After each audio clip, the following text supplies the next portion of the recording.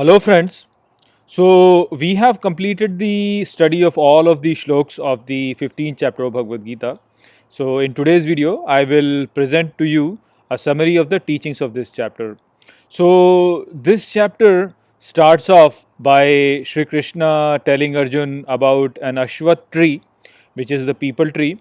And he mentions that the wise talk about an upside down people tree whose roots are above and whose branches are below.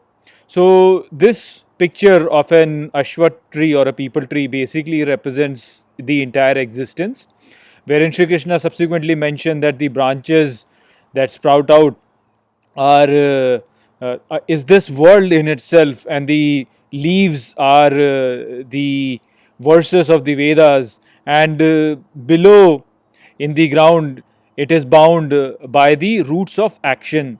So the basic idea over here is that we get bound in this world because we attach ourselves to an idea. So that idea is basically a seed, and then from that seed the roots of attachment sprout out below, and the manifested world or our manifestation itself sprouts out upwards in the terms of the branches and the leaves of the tree. And so the as the tree is bound by the roots to the ground and cannot really move, in the similar manner we get bound in this world by the roots of attachment. So Sri Krishna then mentions that through the acts of detachment or through the weapon of detachment, you have to cut this tree, and then you have to inspect its roots, which means basically that you have to inspect the ideas through which you are basically getting attached, and then this whole manifestation of your life is coming out to be.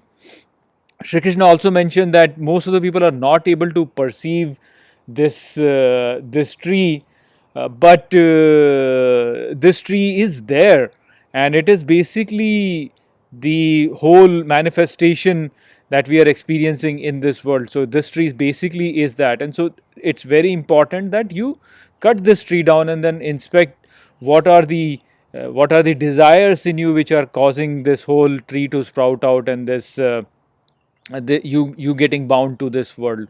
Shri Krishna then mentioned that the one who is unattached to everything and only thinks about me, he eventually attains my abode, and my abode is illumined neither by sun nor by moon nor by fire, because it is self illumined. Actually, it is my abode which illumines the entire creation in itself. And all the embodied beings which are present in this creation, they are all Sri Krishna's fraction. So he says that they are my ansh or my fraction, but they struggle in this world because they become bound to nature. They become completely unaware of their true nature, which is me.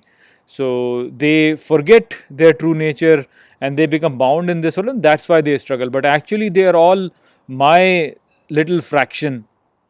So we have to understand this also, that we are all basically a fraction of Sri Krishna, and so our true nature actually is independence, freedom, but we get attached to this world and that's why we get bound. Then Sri Krishna mentioned that it's only because of the senses, attachment to the senses, the five senses that we have, that we basically get engaged in this world.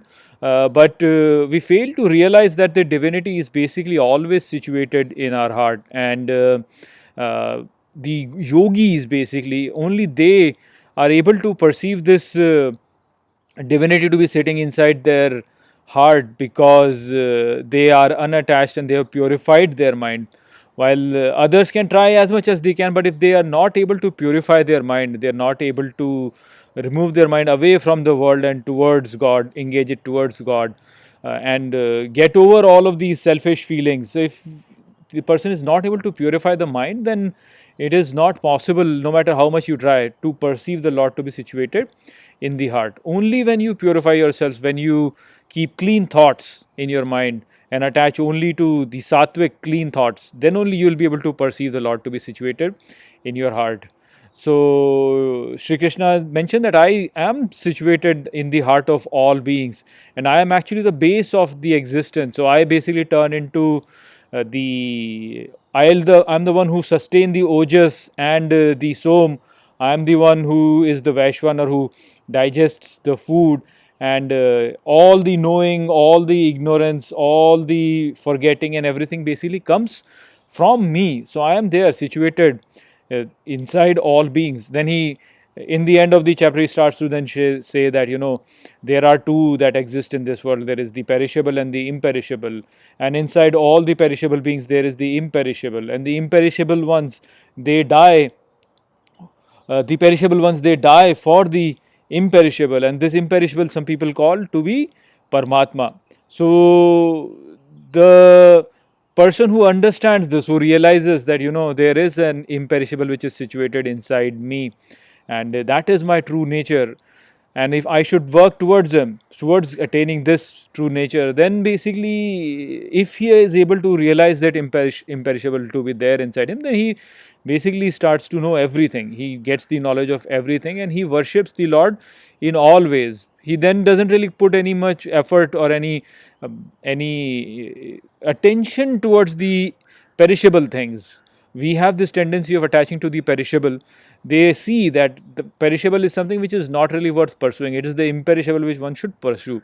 So that's what that person starts doing. So that was the whole message of this chapter. I hope that I have explained this chapter well to you. With that, I'll close this video. I'll see you in the next video. Take care.